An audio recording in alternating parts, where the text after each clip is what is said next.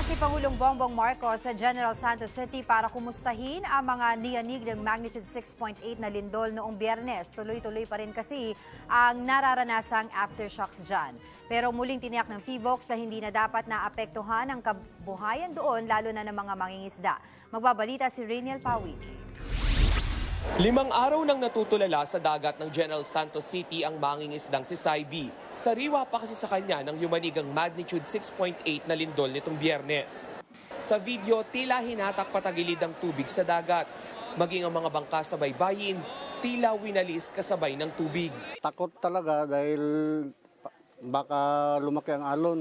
Wala na kaming mga pagkain dito dahil yan lang ang hanap buhay namin dito. Ang palaot ng kuha ng isda at saka yung hipon. Ang 2 bangka namang ito nabagsakan ng gumuhong pader.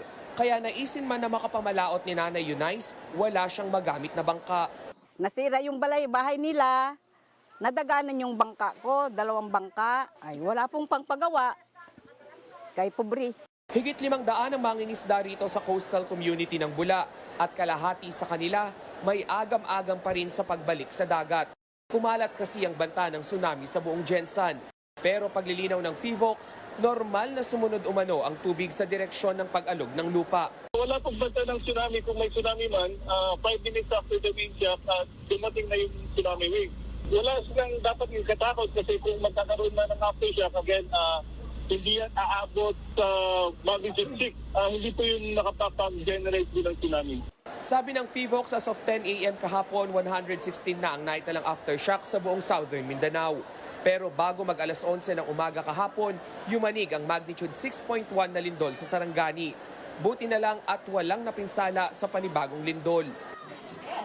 Sa Sarangani Province, pinalawig ang kanselasyon ng klase hanggang bukas November 24. I-inspeksyonin muna ang lahat ng paaralan para matiyak na ligtas ang mga pasilidad. Umakyat na rin sa 5 ang patay sa probinsya, 4 sa bayan ng Glan at 1 sa Malapatan. Para sa 1PH, Rainiel Pawid, News 5. Sariwang balita ba ang hanap mo? Simple lang. I-click mo na ang subscribe button at ang notification bell para lagi kang updated sa mga balitang dapat mong malaman.